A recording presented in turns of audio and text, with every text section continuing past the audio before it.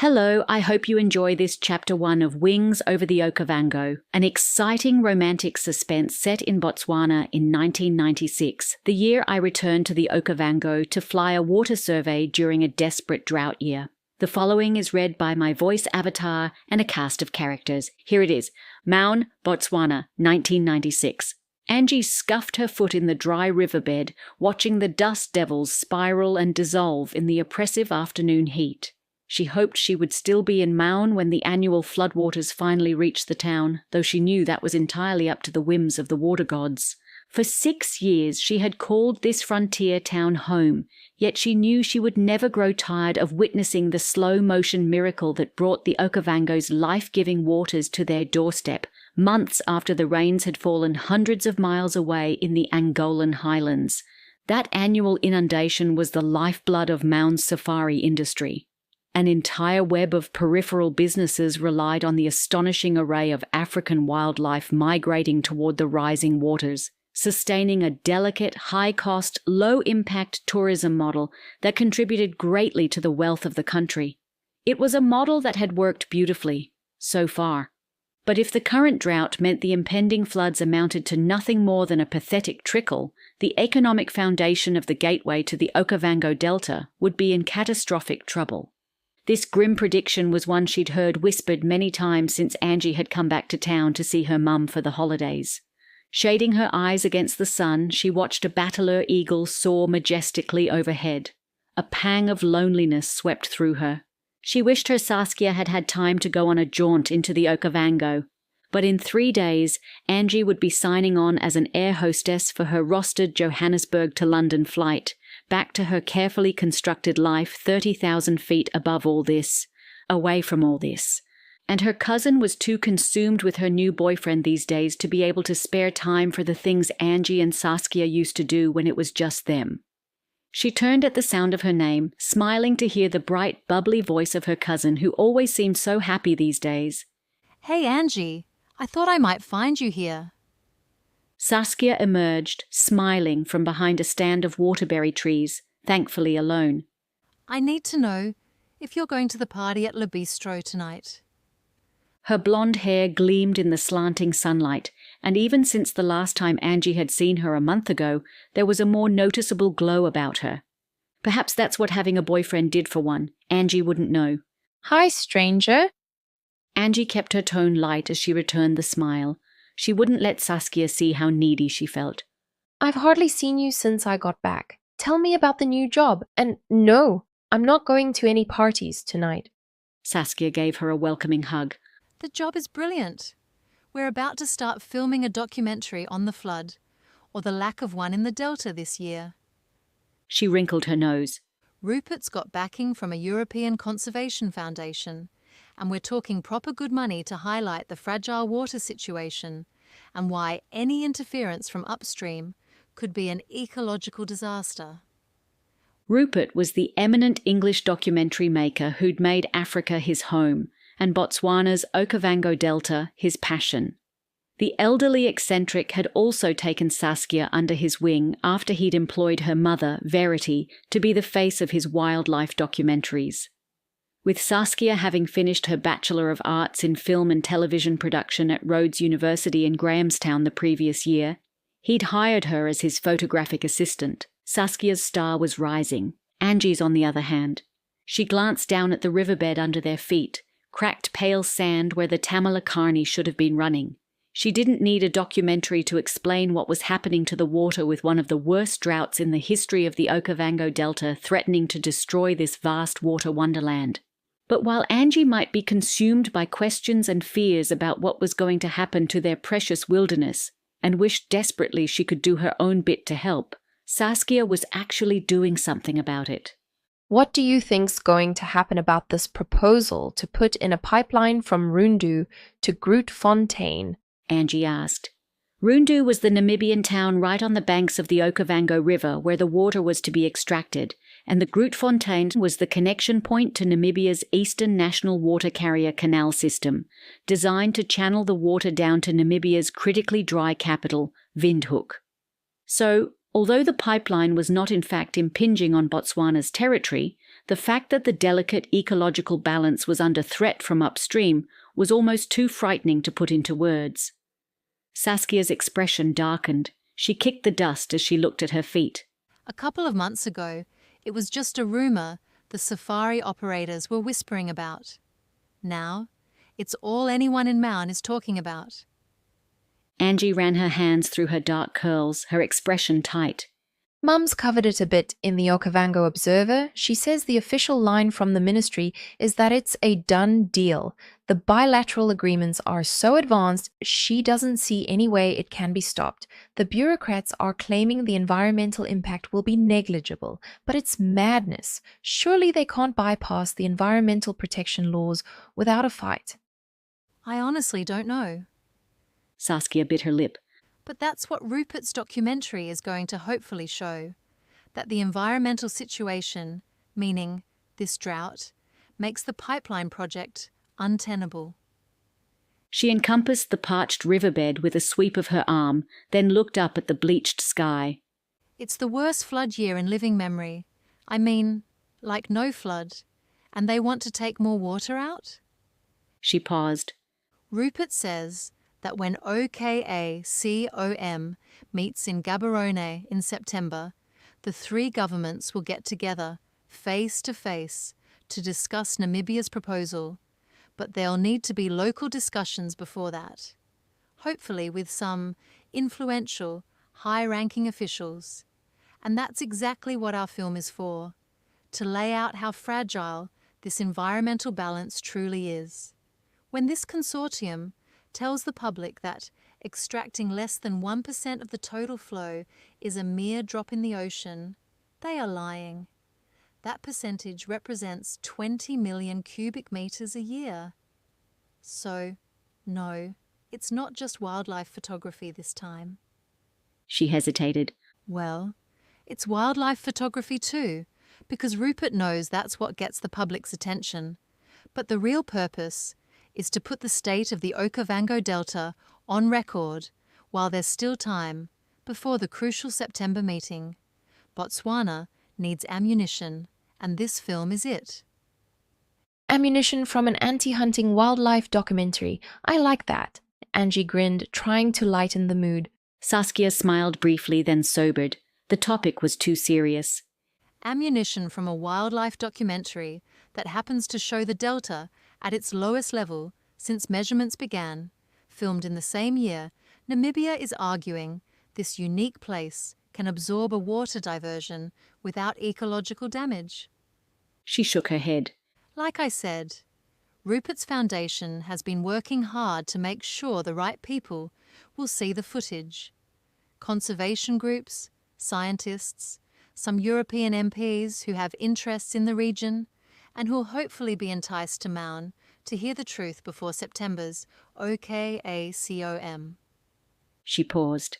There's actually a group of European hunters and safari operators who've been pulling together a declaration of their own, people who've been coming to the Delta for years and have witnessed the changes firsthand. So, we're not just talking conservation lobbyists this time. Rupert's hoping to incorporate that into the documentary for an in-teal screening in late August, and I've been helping him. At the same time that Angie acknowledged Saskia's impressive career trajectory, she was speared with another barb of envy, quickly tamped down. Saskia had a cause to serve, a deadline driving her. Here she was, shining with the nobility of it all, quite a different creature from Saskia in love, though right now she appeared to be both simultaneously.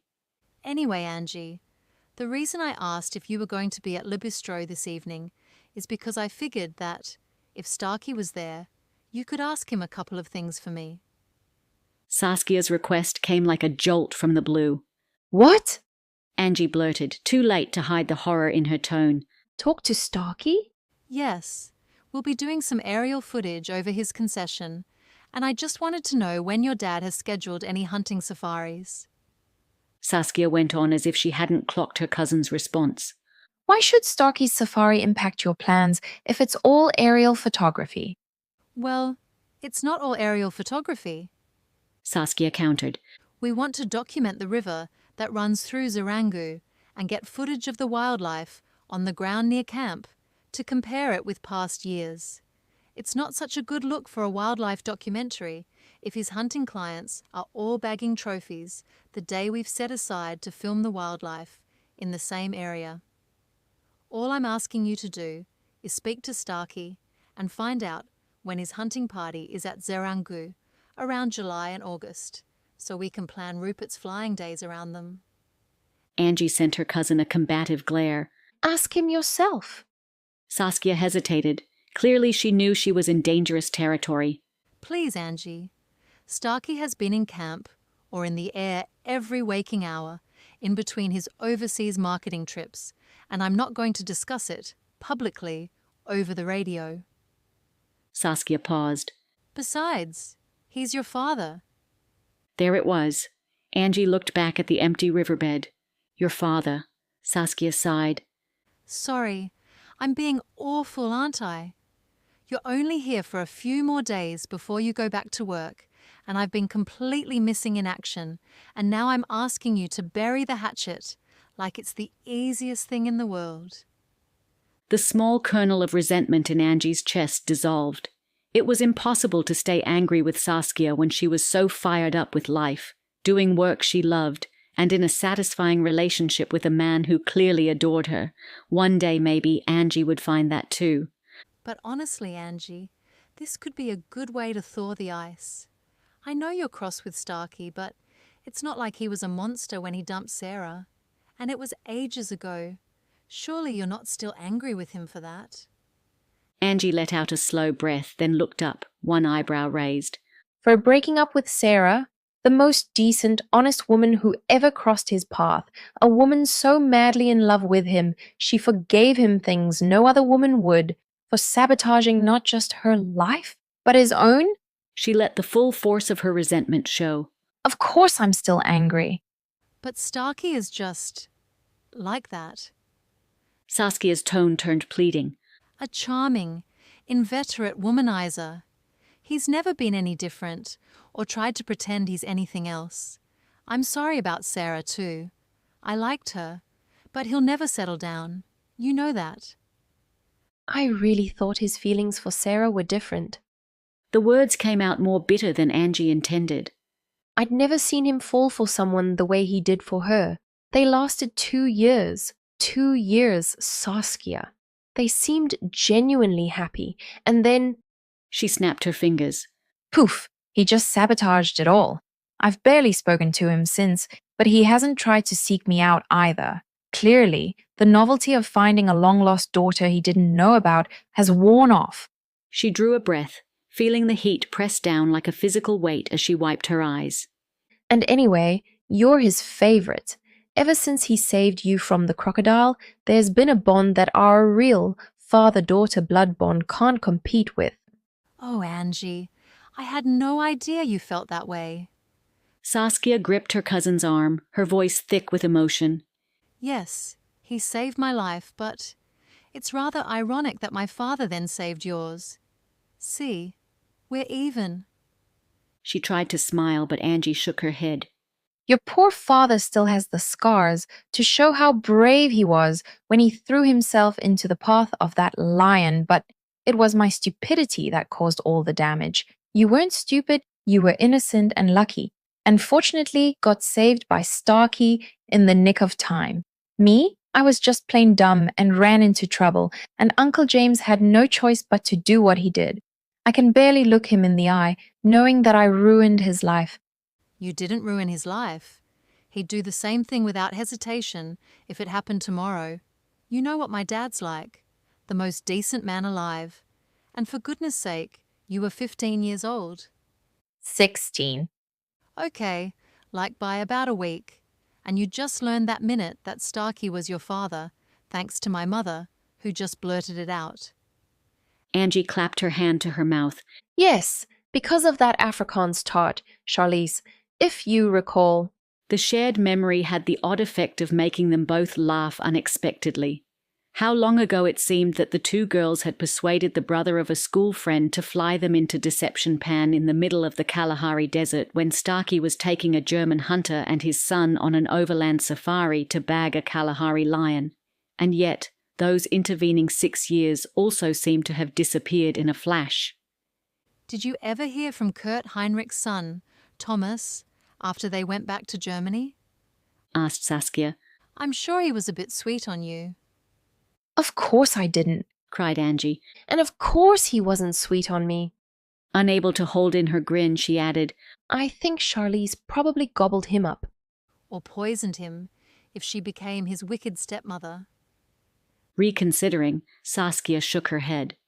But of course, Charlize was only Kurt Heinrich's bit on the side.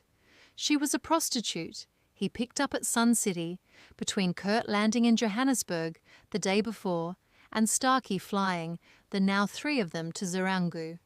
Mum only talked about it when she thought I was old enough, as if I was just some innocent kid when we landed on them at Deception, and we could both see that Charlize was having it off with Starkey too.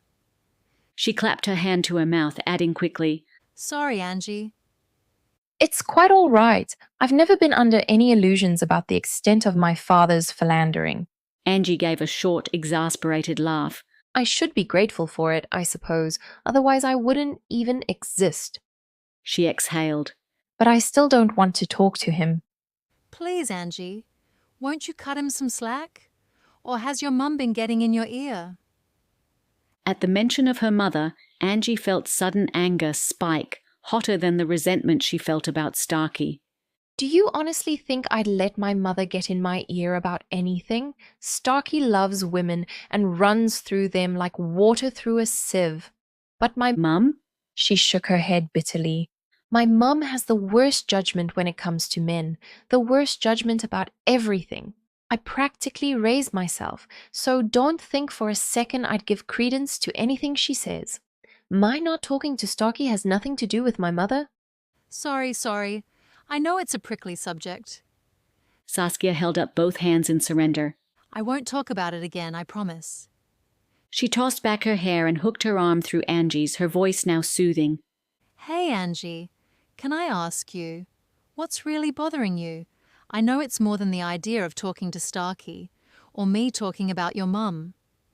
Angie felt the tears prick unexpectedly at the back of her eyelids. Nobody was as good as Saskia at reading her moods, better, in fact, than Angie was at reading them herself. Now that her cousin had articulated it, she realized she really did feel so utterly alone. Saskia led her to a pair of director's chairs someone had left at the bottom of the Rutledge's garden, where the dry sand stretched down to what would, God willing, in a few months be a glistening expanse of floodwater. Come on, out with it. Saskia settled into her chair and fixed Angie with a knowing look. Something else is troubling you, and I'm not going to let up until you tell me. Angie blinked rapidly, gave a rueful smile, then said, You know, you're the only person who ever puts me on the spot like this. I really should dislike you intensely for making me feel so uncomfortable. It's because I love you. Saskia said simply. You were my first friend at my new boarding school when we immigrated to South Africa. And then to find out you were my cousin too? That was amazing. Her expression softened. And it's true what you said about raising yourself. Now, I feel really awful for going off into my own little world with Hamish, when I know you're only back for such a short time before you do your air hostessing thing again. She paused, studying Angie's face. That's it, isn't it? You're feeling alone because you're not talking to your dad, and your mum's pissing you off as usual. You just want what I have. Someone to be happy with. Angie winced. The words were uncomfortably spot on, but there was no way in the world she was going to admit it. She bit her lip and squirmed, trying to think of something deflecting to say, which was apparently all the confirmation Saskia needed. Her cousin narrowed her eyes and gave Angie a playful punch in the arm. Out with it. There actually is someone, isn't there? Someone you've got your eye on, at least? She gave a knowing laugh. Does he have a white bougainvillea? Angie felt heat creep up her neck, But then she realized that if she couldn't confess this to Saskia, there was no one else she could tell. Certainly not any of the flight attendants she worked with. That would be professional suicide. A captain with South African Airways, yes. She admitted, still unable to meet Saskia's eyes. Though I haven't been able to find out yet if he has a white bougainvillea. The white bougainvillea had been an ongoing joke between them, their shorthand for the kind of man they each dreamed of finding. For Angie, a white bougainvillea represented calm, purity, and safety. Everything her chaotic childhood had lacked. A pilot? Saskia sounded genuinely shocked. I thought with Starkey being a pilot and living the life he does, you'd never in a million years go down that path. I didn't think I would either. Angie finally looked up. But David couldn't be more different from Starkey. Saskia gave her a long, measured look. I really need you to drill down on that for me. What does couldn't be more different from Starkey actually mean? He's honest. Not a womanizer. He treats me respectfully. He's handsome and... Whoa, stop. Saskia was almost shaking Angie's arm by this point. The only thing that sounds different from Starkey is the bit about not being a womanizer. Because Starkey is all those other things. He's handsome and respectful and honest. At least, he certainly has been with me. But not with my mum all those years ago when she got pregnant with me. Angie shot back. And not with Sarah 8 months ago when she would have laid down her life to be with him. She was the perfect match, Saskia. Saskia paused, clearly sensing she was on dangerous ground. She shifted tactics. So, this pilot, tell me more about him. If he's a captain, surely he'd be married, or divorced, and certainly too old for you. None of those, Angie said, bristling. He's single and 32.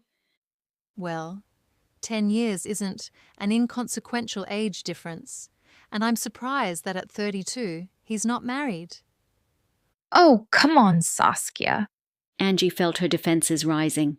You haven't met him. He has the most gorgeous blue eyes, and he smiles at me whenever I bring him his dinner tray in the cockpit. He asks me questions that make me feel like he sees me as more than just a flight attendant. Oh, wow, you've really got it bad, Saskia laughed. I wasn't being mean. I just wanted to see how you'd describe him. So, has anything else happened? Other than meaningful smiles? She hesitated, then added more carefully. Are you absolutely sure he's not married? Angie nodded firmly. He doesn't wear a wedding ring, and I overheard a conversation where he made it quite clear that he wasn't. So, this David? You really think he's the one? Or are you just mooning over possibilities, considering there are probably a lot of other flight attendants who get exactly the same kind of meaningful, special smiles?